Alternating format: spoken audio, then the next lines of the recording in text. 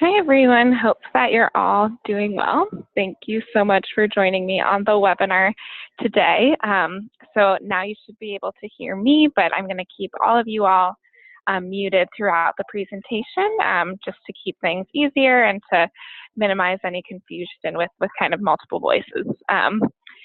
So kind of how communication will work during the webinar will all be through the chat box. Hopefully you've already seen some kind of chat go through, so you should get a better sense of how that works. But there'll be one part of the session that I'm going to be asking you all to participate a bit with me in a little bit of a kind of a case study that we're going to do together. So you'll use the chat box for that. And then you'll also be able to use the chat box to ask questions at the end of the session as well. So there is some music playing behind me that hopefully isn't bothering you guys, but let me know if you have any issues hearing me. Just go ahead and type that into the chat box if you ever are having problems understanding me, and I can try and find a quieter space to do this in. So anyway, thank you so much for taking the time. Really appreciate you guys taking your lunch hours to spend with me learning more summer fellowship program. My name is Maddie. You've likely been receiving emails from me. Hopefully they've been interesting and engaging and getting you excited to apply. And so this webinar will hopefully serve as an opportunity for you all to learn more details about the fellowship itself, the application process, and then of course give you a chance to ask questions at the end. So just to kind of go over what the session is going to entail, I'm actually going to skip that video part, and I'll go ahead and send that out to you after. I can also mention now that I'm recording the webinar so that you'll be able to watch it afterwards if you'd like to refer to it. So we'll go ahead and post that up on our website after this is finished. I'll then spend some time talking to you a bit more about Inspiring Capital as a company, followed by more details about the summer fellowship itself. Then, like I said, we're going to do a bit of the case study together, just to give you guys a sense of, putting yourself in the shoes of a fellow, giving you a chance to think like an Inspiring Capital fellow for a couple minutes and participate a little bit in the webinar with me. I will talk to you a bit more about what our fellows are doing now. And then at the end, of course, we'll go over kind of the next steps, what the application process looks like, and then give you guys a chance to ask me any questions. All right, so this is the video. It's a little tricky to play this via the webinar, so I'm just going to go ahead and send it out to you afterwards. It's also on our website right now at inspiringcapital.ly/MBAs. All right, so who we are as a company. So kind of the way I like to start this off is, with any small organization, the story of Inspiring Capital really starts with the story of our founder. So I'll start with a bit about Nell and her background. So you can see her lovely photo there, but Nell comes from the nonprofit world. She worked, specifically in international development for about a decade. 5 of those years being more in a UN-related role, and the next 5 being more in a traditional nonprofit doing some direct philanthropy work in the Middle East. She, of course, learned a lot during those 10 years, including that there are tons of incredibly smart and well-educated, well-intentioned people working in the nonprofit sector doing all that they can to, strive towards their mission, whatever that is. But where kind of the money and the power was up way on one side, the people and the problems were kind of way on the other. And, as that kind of trickles down, a lot gets lost along the way, and it becomes a rather inefficient way of doing things. So she decided to go to business school to figure out how to make that more efficient and to kind of change the way that works. So she did a dual program with Columbia Business School and the London School of Business. After she graduated, she did what anybody with, an armed student that does. She decided it was the best time for her to start her own company. So that's when Inspiring Capital was born. So that will be 5 years ago this June, which is really exciting. So she founded Inspiring Capital 5 years ago with the intention of it being a consulting firm for nonprofit organizations, specifically to consult with them on earned income. So coming up with alternative means of bringing in capital besides, waiting for funding to come through or for donations in the traditional sense.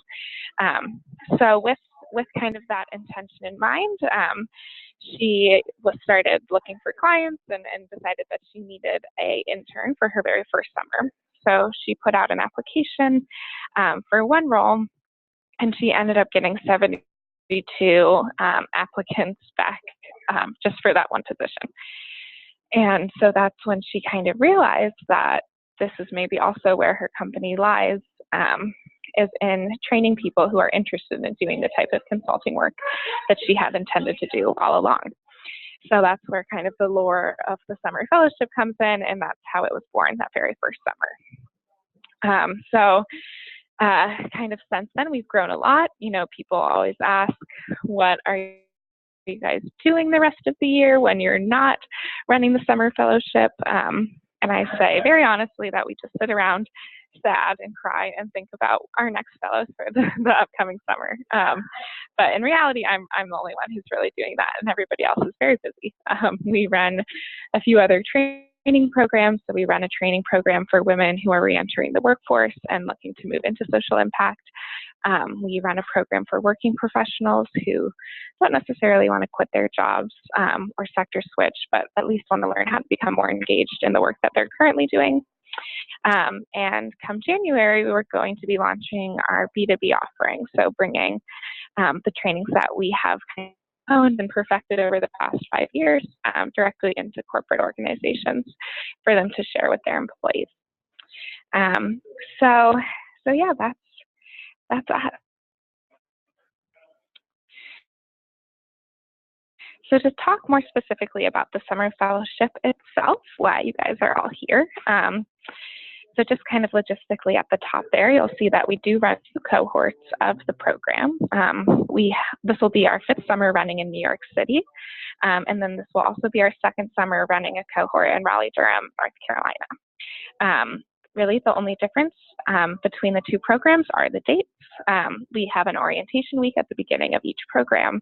And so we really like to make sure that we're able to be there for both orientations, and so the dates are staggered. So kind of moving forward, talking through the fellowship, everything that I'm referencing about applications.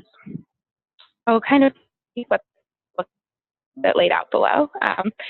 So just like as a company, we have this hybrid model where we're both doing consulting and training work. Exactly, that's reflected in how the fellowship program is run as well. So 4 days out of the week, you will be doing direct consulting work for one of our client organizations. Our clients range within the world of social impact from about 60% traditional nonprofits to the remaining 40% being more social enterprises or corporates with a do-good arm to what they're doing. So, we pre-scope the project, make sure that it's ready to be up and running by the time you guys start in June. We manage the relationship with the client and make sure kind of via weekly check-ins that everything is going smoothly. But at the end of the day, you all are the project managers, you're the leads, you're responsible for all of the deliverables that come along throughout the summer. So all of the, the good and a little bit of the scary that comes with that. But I think this is really where our fellowship starts to differentiate itself from other opportunities out there. You're not working on 25% of the ultimate goal, you're working on 100% of it. So you really get to take full ownership of the project. My one caveat to that is that we do run an undergrad program throughout the summer as well. So some of our MBAs will be paired with kind of an undergrad intern for the summer to help them with their project. And our undergrads kind of end up being really awesome and super high level. So they end up kind of being able to contribute more than our MBAs sometimes expect them to be, which is really great. But other than that, it's fairly independent work. In terms of training, that happens the 1 day a week that you're not working on your consulting, as well as during orientation week at the beginning of the summer, and then what we call kind of reorientation week that we do towards the end of the summer. So I'll go into more of what those training days look like here.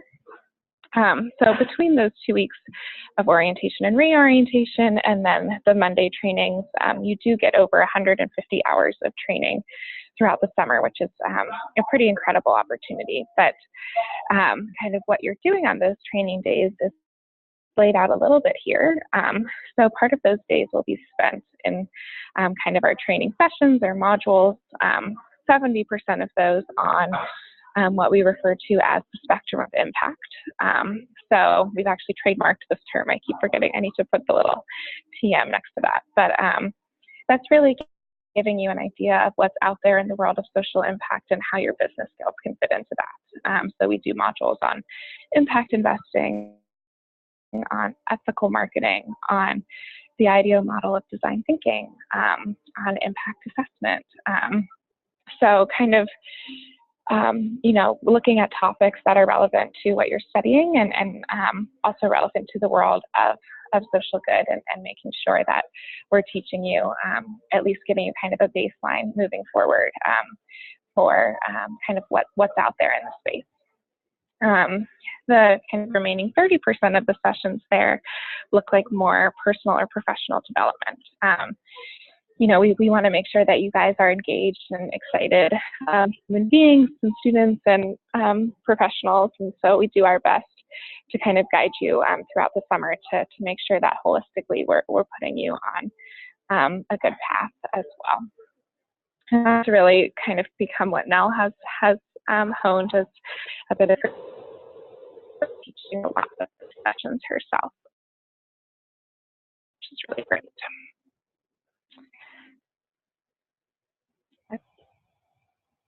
Of the training sessions are the speakers. We are able to kind of get some really high level individuals. You all that are there. And so people are really excited to come hear what you guys are doing, learn more about the program, the role to you all. So these are just some people that came and spoke to our fellows last summer. We always speak to a need of the nonprofit. This is from an organization called Just Capital, and they do a really neat kind of list that they put out with Forbes, where they surveyed the American people on what they would define as what just means, and then they rank organizations based on those definitions. So definitely look them up if you haven't heard of them before. Michael Slaby is just an example of a cool person who's fun to come talk to you guys. His organization, Tim Shell, is the data analytics for the Hillary campaign.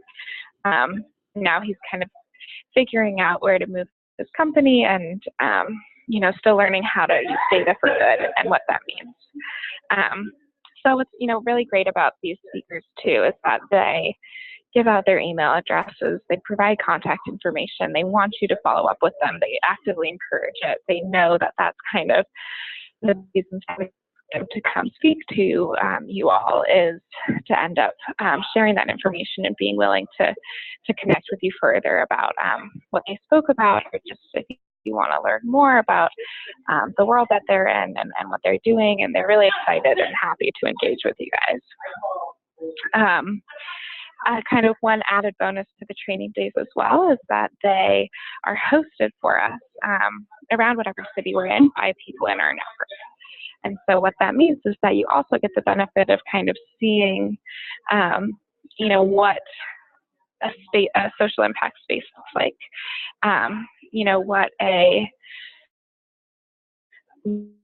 what different organizations in this area are kind of doing on a day-to-day. And so we get to hear from people working out of those spaces, and that's kind of an added bonus to those training days as well.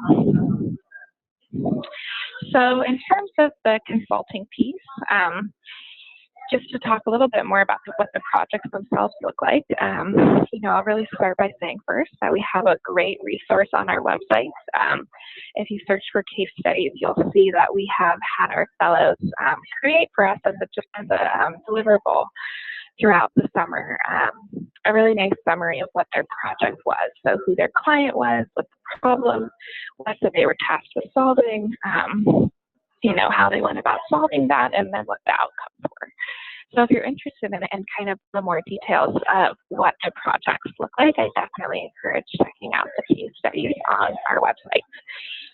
But just to kind of generally give you a better sense of those projects, I would say that about, are the more traditional nonprofits. Most, not all, but most of the projects will revolve either around earned income or around impact assessment. So we'll go into earned income a bit more in the kind of interactive case that we're going to do next, so I'll kind of put a hold on that. But the Grace Institute is a great example of an impact assessment project. So they are a nonprofit that's been around for over 100 years in New York, and they, of course, have collected a lot of information about what they've been doing. They're women's workforce development nonprofit. So they had a ton of information, but just didn't know the best way to kind of digest it and share it with their funders, who, of course, kind of want as tangible an idea as possible as to where their money is going and the good that it's doing. So our fellow went in last summer and helped them to do just that. And so it also ended up being a great opportunity to do an impact assessment internally for the organization as well, so to better give the employees a sense of, what impact the work that they specifically were doing had on the organization kind of at large. So super interesting project there. And then in terms of the remaining kind of 40% that are not traditional nonprofits, those projects do tend to range more generally from finance strategy, operations, and marketing. I can talk about Graceland for a minute. They are one of my favorite clients. They are a bakery based out in Yonkers. They are a social enterprise, and we did kind of a business case development project for them. They're most famous for their brownies. So they bake incredible brownies that I have eaten my fair share, which is why I am laughing at myself. But you have also probably eaten a Grayson brownie if you've ever enjoyed a pint of Ben & Jerry's ice cream. So they're half-baked that have pieces of brownies in it. Those are Grayson brownies. And besides that, they're also famous for their open hiring model. So what that means is that they put a list on the door, and if you're the next person to sign your name on the list, then you're hired with no questions asked.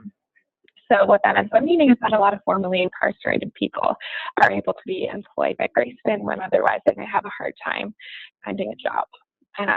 So this was actually the second summer in a row that we've worked with Graceland, and this summer what our fellow was tasked with is kind of turning that open hiring model into something that can be shared with other organizations and figuring out how to charge for trainings related to open hiring. And it's something that they have really perfected and created a wonderful community out of. So kind of figuring out how to share that method of doing things with other organizations was what our fellow really focused her summer on.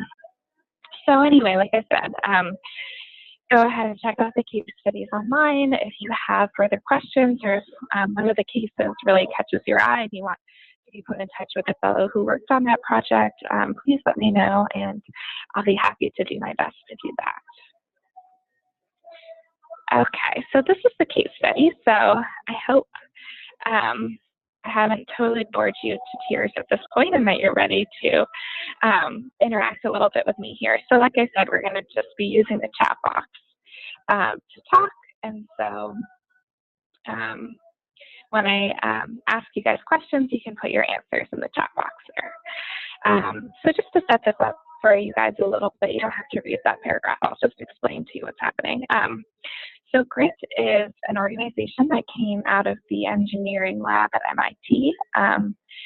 MIT students designed kind of that fancy looking wheelchair that has the little baby wheel in front and has the arm levers on the sides. And they designed this wheelchair with the, because it has the ability to go over roads that most wheelchairs cannot.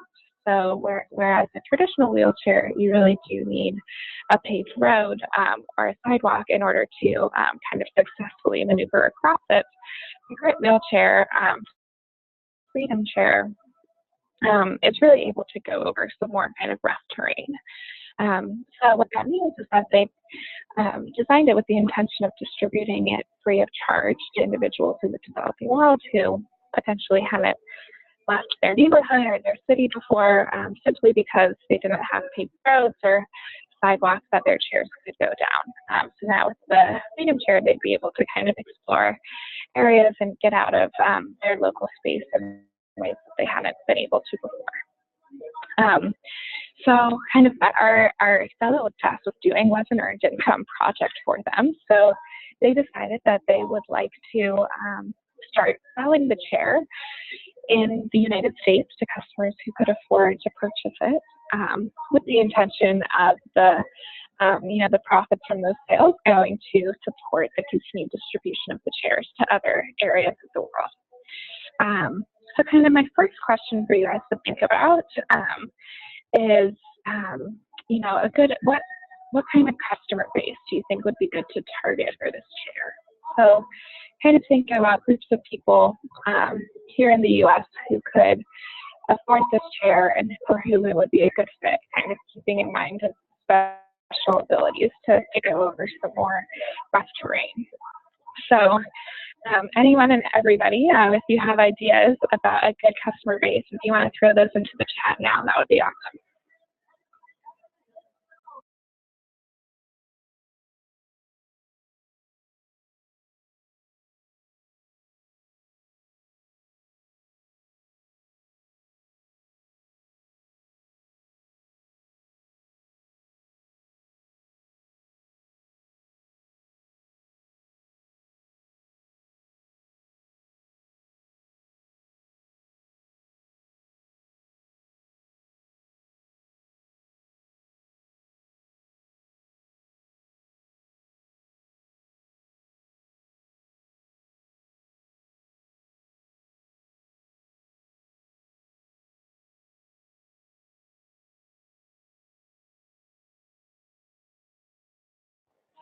So Katie asked, how much does the chair cost? So I think it would depend on if your insurance could cover it or not. So that kind of depends on your insurance plan. So I think some insurances would cover the cost of the chair.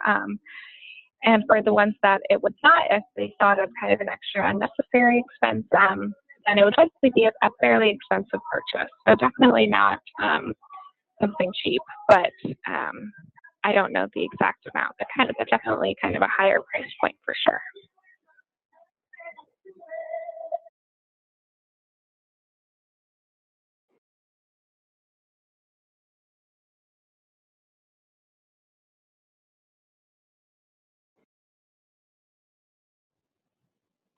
So just kind of thinking about, okay, is it adaptable for all ages? Yeah, definitely. So kind of keeping that in mind that, it could be used for all different ages of people, kids, adults, older people. Is there kind of a specific age group that you guys think would be a good fit for the chair?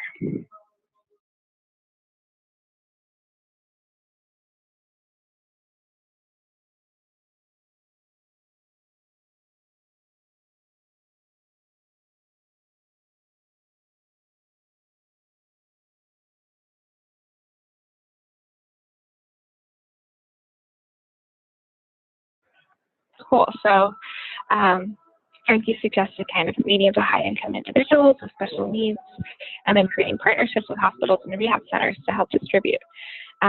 Yeah, so that's a great idea. You're actually kind of jumping ahead into the second part of my question there, which we can kind of think about now as well, but channels of reaching your audience. So kind of, so Frankie mentioned rehab centers, hospitals, definitely great ideas there for channels of marketing. Do you guys have any kind of further thoughts about kind of who the customer base should be, or should I go ahead and move ahead? Thinking about kind of the abilities of the chair specifically. So what types of people would enjoy a chair, need a chair that can go over rough terrain, or that doesn't need to be riding on super smooth or paved roads?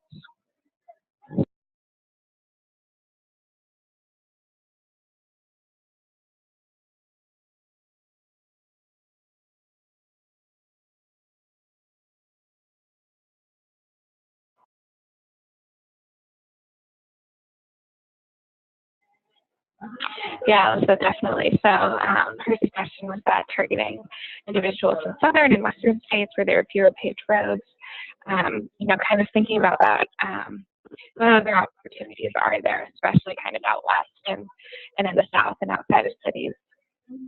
Or yeah, students with disabilities, totally. Having, universities that still aren't totally accessible is a very real thing. So kind of being able to cut across the lawn and stuff is certainly a great idea.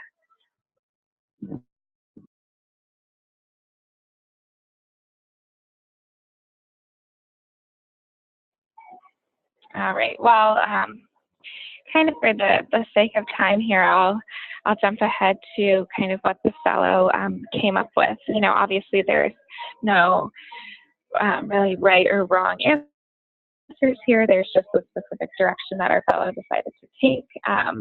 So you guys kind of hit on it in a couple different ways. So this kind of younger population, student population, likely living in states that have a lot of kind of hiking trails or outdoor parks, national parks, things like that, was kind of the target market that they went for. So younger people interested in doing things in the outdoors, whether because that is something that they enjoyed before they needed to be in the chair, or even if they've been disabled their whole lives, maybe hiking with their friends is something that they've always wanted to do. And so having the opportunity to do that with the Freedom Chair was a big plus. And so that's kind of the target market that they went after.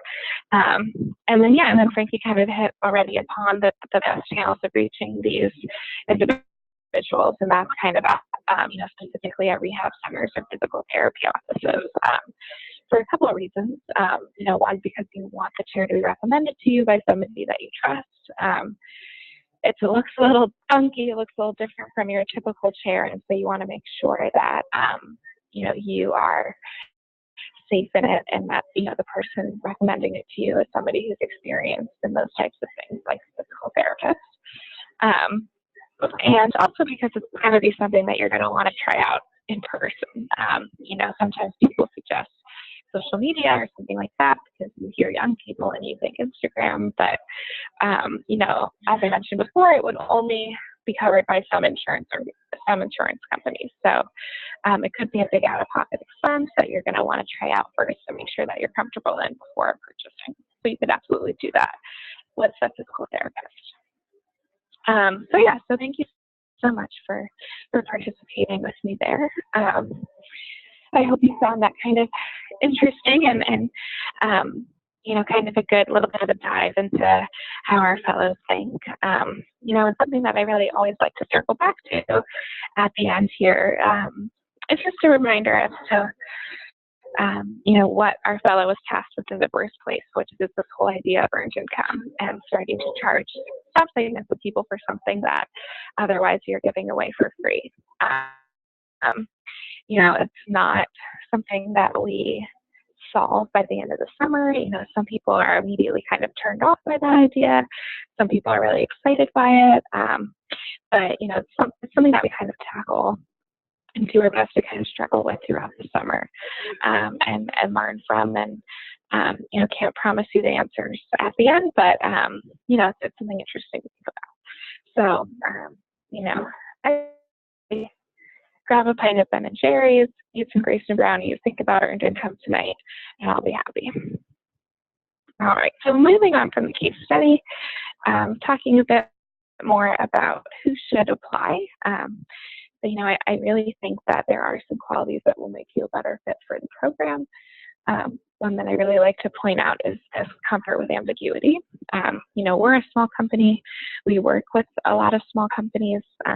Even the bigger organizations that we work with, like the Grace Institute, perhaps don't have the same types of resources as our clients or organizations that you're used to working with or for. So being excited by that, being energized by that is really a good sign that the program could be a good fit for you. You know, it's okay to be a little nervous, but you definitely don't want to be turned off by the idea of having to kind of explore and reach outside of your comfort zone to gain access to resources that might not just be waiting for you right at your fingertips.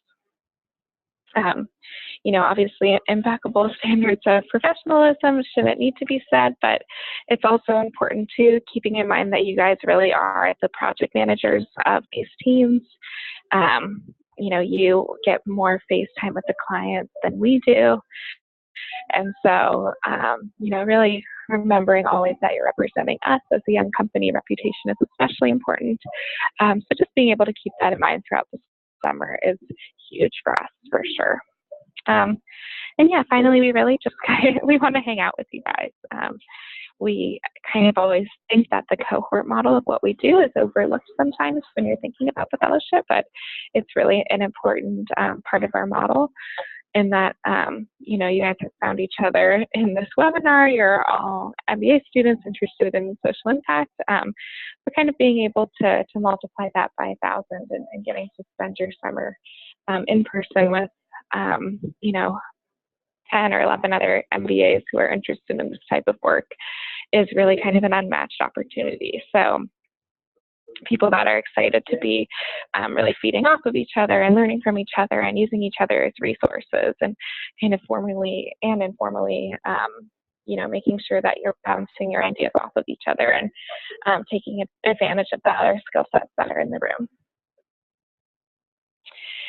So we're always kind of working on measuring our own impact. Kind of an internal impact assessment is definitely in the cards for us this upcoming year, but just kind of what we've measured so far. You know, we've looked at whether our fellows report an increase in their knowledge of the social sector, and then we also measure if our clients feel like they better understand how to use an MBA skill set. And so far, so good. Those things have both increased, and you know, hopefully it will continue to do so, and we're definitely going to be continuing to think about how we measure the good that we're trying ourselves to be doing. So just to talk for a minute about what some of our fellows are doing now, you know, I'm not going to go over every one of these individuals, but I think kind of the big takeaway here is that our fellows want to do very different things.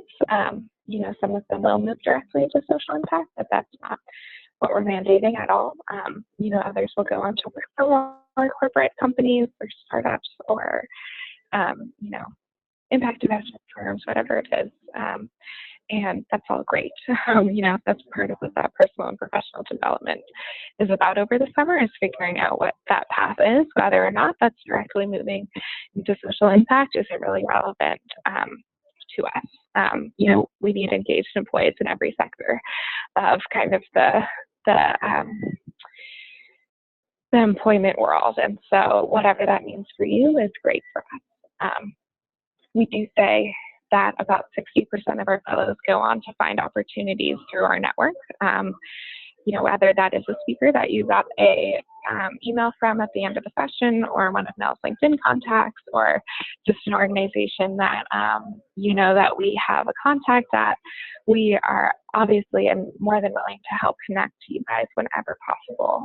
We're really proud of our fellows, and we want to be a part of your future as much as you want us to be. And so, you know, whatever way, shape, or form that takes, we're always happy to facilitate introductions there. You know, kind of for internal hiring, we are still a small team. There's 5 of us full time right now, likely to be about 7 or 8 of us by the time the summer starts. So we haven't yet had the opportunity to hire on full time. within Inspiring Capital, but you know, that's not because we don't want to, it's just because we haven't had the right role open for a graduate of our program. But yeah, like I said, about 60% of our fellows finding opportunities through our network. Okay, all right, so next steps here. So the applications are due Monday, December 11th. You can find the application on our website at inspiringcapital.ly/MBAs. It's likely also posted on your career site, so you can find it there as well. That's my dog, Winston, there on the left. He's Inspiring Capital's unofficial mascot, and so he felt like he needed to be in the presentation, and I agreed. But the application is online. He's sleeping on my computer. It felt somewhat relevant, and so I threw him in there. But go ahead and make sure that you write down my email address. I'll go back to this slide at the end of the presentation. So just to quickly go over what the application kind of cycle looks like, we have you fill out the application that's up right now, like I said, due December 11th. That is going to be a resume, a really, really important cover letter, and then just some quick kind of more biographical, demographic questions. Shouldn't take you long at all, other than, of course, spending some time really thinking about your cover letter and reflecting to us kind of how you fit into the world of IC. The next stage there will be a pre-recorded video interview. This will be sent out at the beginning of the year. You know, we are using that this year as kind of a replacement for a traditional kind of behavioral first round phone call. So no scary questions there, really just giving us a sense to get to know you all better as people, as students, as professionals, and figuring out a little bit deeper into your fit within our fellowship program. The third stage there will be a homework assignment that will pair with a bit of a phone call. So the homework assignment will be somewhat similar to the grid case that we just did together, you know, setting you guys up with a problem that one of our fellows had to face or a task that they did during one of their projects, and just thinking about how you all would tackle it and what your mindset would be approaching an issue and getting a sense of your writing work as well.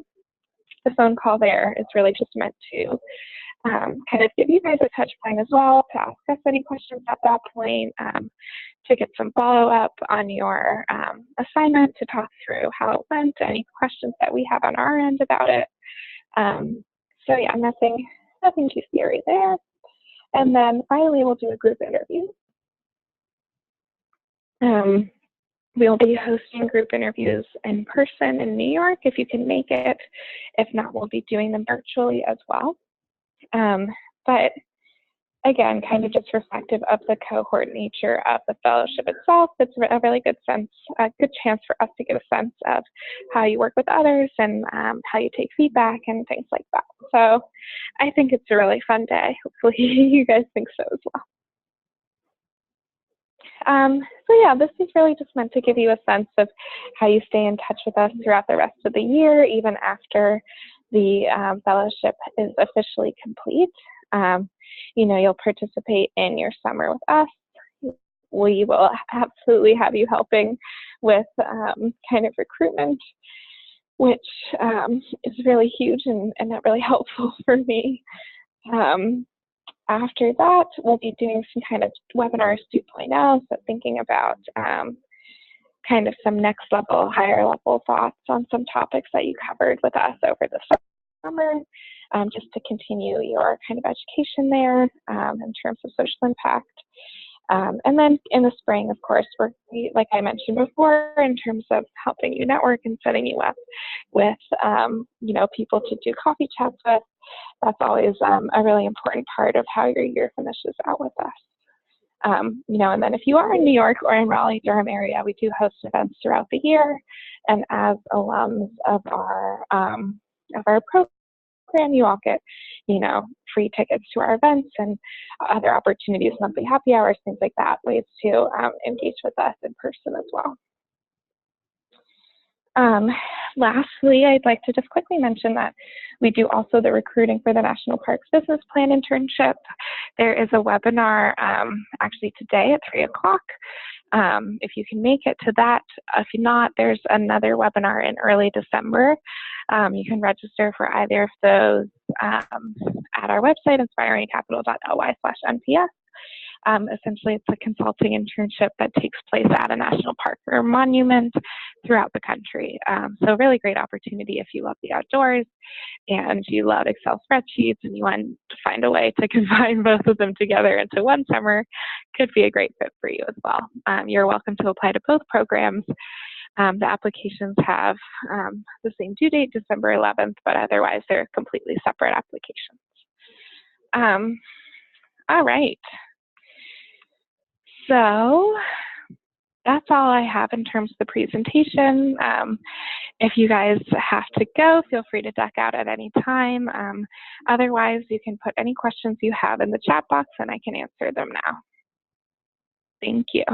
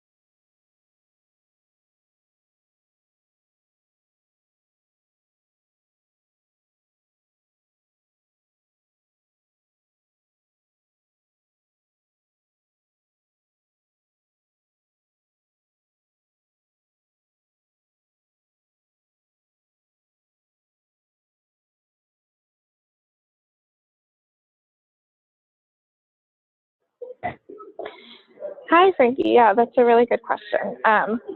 So that comes up in almost every session I do, so definitely very valid. So thank you for asking it. So in terms of kind of requesting preferred project type or organization, the way it works is that we do ask you to sign on for the summer before knowing who you're going to be placed with.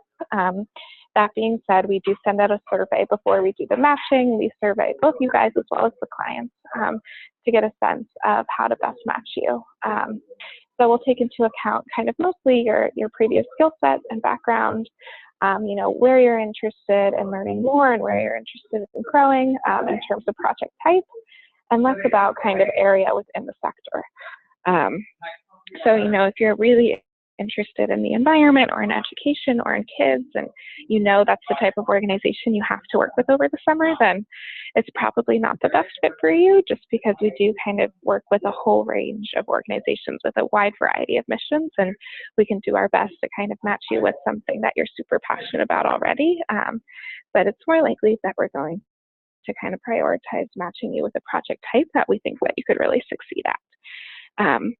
So yeah, that kind of summarizes that, but let me know if you need me to elaborate any more.